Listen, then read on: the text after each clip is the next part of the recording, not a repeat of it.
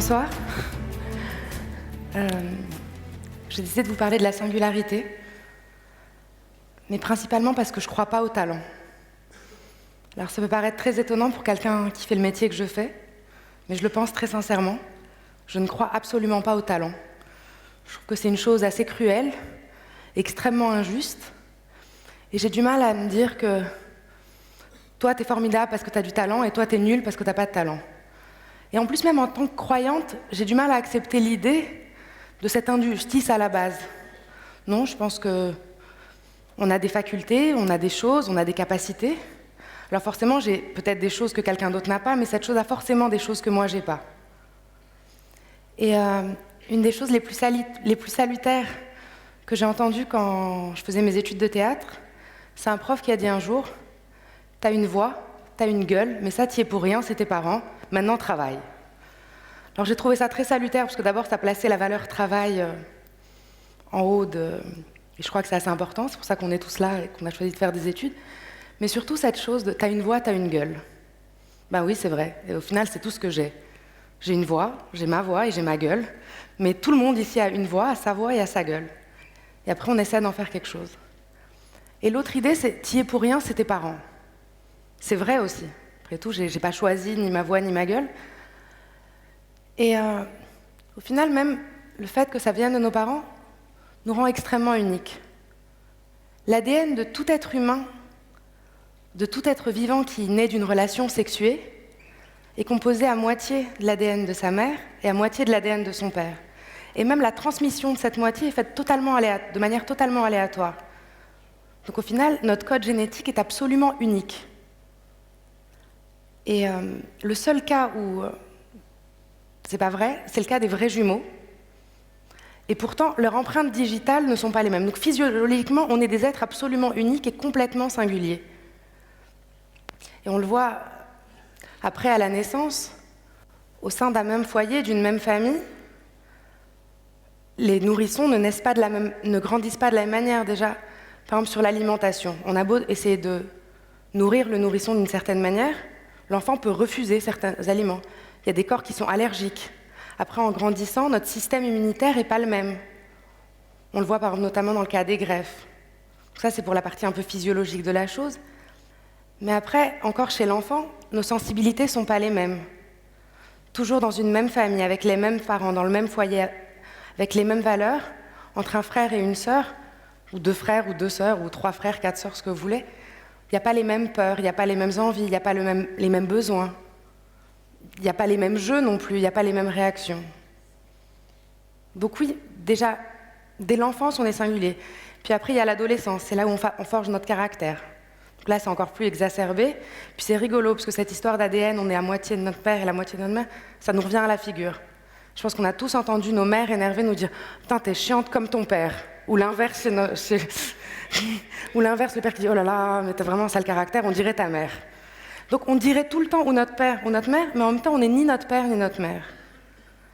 Donc oui, on leur ressemble, de la même manière qu'on ressemble à notre famille, à notre entourage. Qu'on grandit en écoutant ses sons, en écoutant ses voix, en regardant les mêmes images. Mais on n'est absolument pas conforme. On est un être singulier, fait de ça, fait de ce hasard-là, mais absolument unique et absolument singulier. Je ne vais pas m'aventurer trop loin dans le domaine scientifique, mais je crois, parce que je suis quand même devant des futurs ingénieurs, et je ne le suis absolument pas, mais je crois que même dans les mathématiques pures, la singularité existe, et vous l'opposez, je crois, au concept de générique. Et il me semble que vous définissez la singularité comme un défaut de listé ou une aspérité. C'est sans doute vrai dans les sciences. Mais quand on regarde l'histoire du monde, de la création, ça, on voit que ce sont ce genre d'aspérité, donc ce genre de singularité, qui ont fait avancer le monde finalement. C'est la singularité de Copernic qui nous a emmenés se rendre compte que la Terre n'était pas plate. C'est la singularité de Marie Curie qui nous a fait découvrir la radioactivité. C'est la singularité de Beethoven qui a produit d'aussi belles choses. C'est la singularité d'un poète comme Rumi qui a écrit d'aussi beaux vers. C'est la singularité de David Bowie qui fait ce qu'il est aujourd'hui. Et donc voilà, ça c'était des grands exemples et des choses qui font avancer le monde. Mais aussi dans nos vies, je crois que c'est important. Et je crois que la singularité pourrait s'opposer au concept d'être quelconque. Quand on regarde tout bêtement dans un dictionnaire, quelconque, c'est un adjectif indéfini qui signifie n'importe lequel. Mais aucun de nous ici, ni nulle part, ne peut être n'importe lequel. Et ça, dès la naissance. Quand une mère attend un enfant, elle attend un être, elle ne sait pas qui c'est. Là, c'est peut-être n'importe lequel. Mais à partir du moment où elle regarde son bébé, c'est de ce bébé-là qu'il s'agit. Ça ne peut plus être n'importe lequel. Ça devient un être irremplaçable. Et chaque être, vous, moi, tout le monde, les gens dehors, ceux qui ne sont pas là, tout le monde est irremplaçable parce que l'être quelconque ne peut pas exister. Ça n'existe pas. Et je crois que tout être humain est cette espèce d'entité singulière et extrêmement insondable. Et il y a une phrase que je trouve très belle d'un écrivain qui s'appelle Julia Kristeva, qui dit que nous sommes des êtres magiques de singularité parce qu'on est né du hasard, de l'histoire et du désir. Et c'est vrai. Et à ce moment-là, cette magie fait qu'on existe, nous, en tant que chose absolument unique. Et bien sûr, on ressemble à l'entourage dans lequel on vit, mais je crois que commencer par assumer ce qu'on est profondément, c'est en assumant aussi d'où on vient et nos ressemblances, mais en assumant ce qui nous caractérise profondément et nos envies. Et qu'on construit un espèce de patchwork qui, à première vue, peut ne pas paraître cohérent, parce qu'on porte en nous des choses de nos parents, des choses de notre école, des choses de nos blessures, des choses de nos voyages, des choses d'une chanson qui nous a fait rêver. Mais accepter de porter tout ça, de se dire qu'on est fait de ça et qu'on devient cette chose-là. Et la singularité, je crois que c'est quelque chose d'important même dans notre rapport à la religion.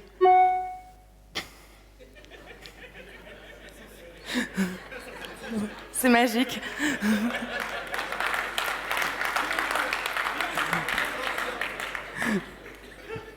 Bon.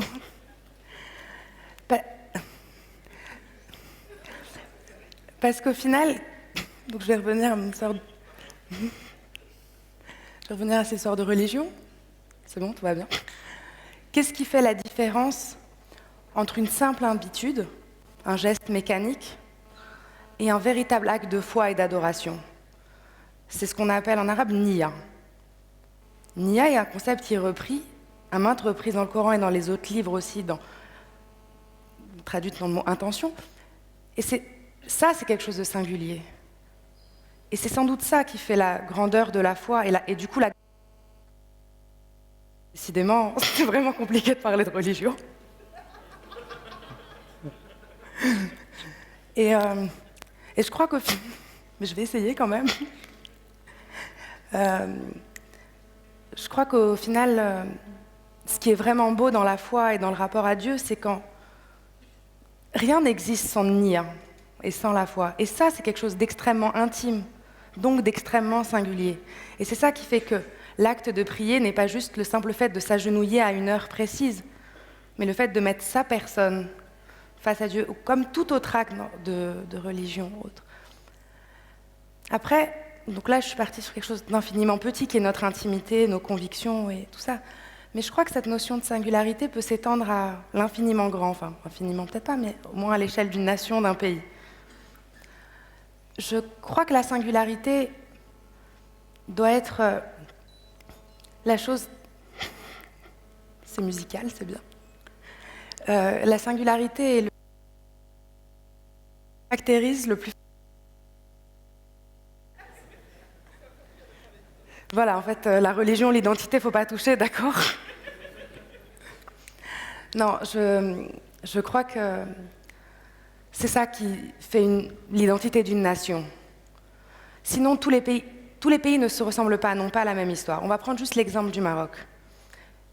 D'un point de vue géographique pur, on a l'océan et la Méditerranée qui se donnent rendez-vous, le désert, la montagne. C'est quand même un environnement géographique assez singulier, assez unique. Et ça, on en a parfaitement conscience, on en est même très fiers pour le vendre touristiquement. Et bizarrement, quand ça concerne notre histoire, c'est un peu plus compliqué. Alors que c'est notre histoire qui a fondé notre identité. On a une histoire incroyable, je ne vais pas revenir là-dessus, ça serait bien trop long, mais on a 1001 raisons d'être fiers de ce qu'on est parce qu'on vient de là. À Salé, il y a eu une république pirate. Il y a eu des tribus Touaregs qui ont porté des rites qui étaient uniques, qui n'existaient dans aucune autre région du monde. Et il y en a plein d'autres, des particularités, des singularités. Je ne dis pas qu'elles sont mieux que celles de nos voisins ou celles d'autres peuplades ailleurs, mais en tout cas, c'est les nôtres. Et je pense que pour être une nation forte, il faut être fort de ce qu'on est. C'est ni bien ni pas bien, c'est pas mieux. C'est absurde quand j'entends dire oui, mais être berbère, c'est mieux qu'être... Non, c'est un fait. Et il faut en être fier de là d'où on vient. Je pense qu'une nation, pour s'affirmer fièrement, doit être fière de ce qui la constitue. Du coup, je vais vous donner 2 exemples d'union de nations, l'une qui fonctionne, à mon sens, et je crois que c'est assez universel, fonctionne plutôt bien, une qui fonctionne plutôt mal. Il y a l'Union européenne, d'une part, et l'Union du monde arabe. Alors l'Union européenne, c'est un peu plus d'une vingtaine de pays qui sont unis autour de valeurs communes. La principale, c'est le refus de la guerre et le refus de l'horreur, plus jamais ça. Mais à aucun moment, un pays n'a voulu empiéter sur l'identité de l'autre. Au contraire, c'était « venez avec vos différences et on construit quelque chose ensemble ». Avec toutes nos langues, avec toutes nos histoires, avec nos systèmes politiques différents, avec nos régions qui sont différentes, avec tout ça. Et cette union fonctionne, je crois. D'un autre côté, on a cette espèce d'union du monde arabe, concept un peu flou. C'est des pays qui tentent de s'unir au nom d'une fausse ressemblance et en voulant gommer toutes leurs différences. Mais ça ne pourra jamais fonctionner, parce que c'est des pays qui arrivent vides. Bien sûr que l'arabité peut être un liant, bien sûr que la religion peut être un liant, bien sûr que la cause palestinienne ou autres peuvent être des liants. Mais avec quelles armes on vient? Avec quelle richesse on vient si on doit tout gommer? On arrive vide et on essaie de se mettre d'accord. Pourquoi ne pas assumer que chaque langue est une fierté, que chaque identité est une fierté, et créer quelque chose autour de ça? On peut avoir des causes communes, des combats communs, des idéaux communs, mais arriver chacun avec sa force, d'essayer de gommer en faisant semblant de parler un arabe qui serait compris de l'Atlantique au fin fond de la Syrie, alors que c'est un mythe qui n'existe pas. Et donc, je crois que le combat pour la singularité est encore à la limite plus important à cette échelle-là qu'à notre échelle.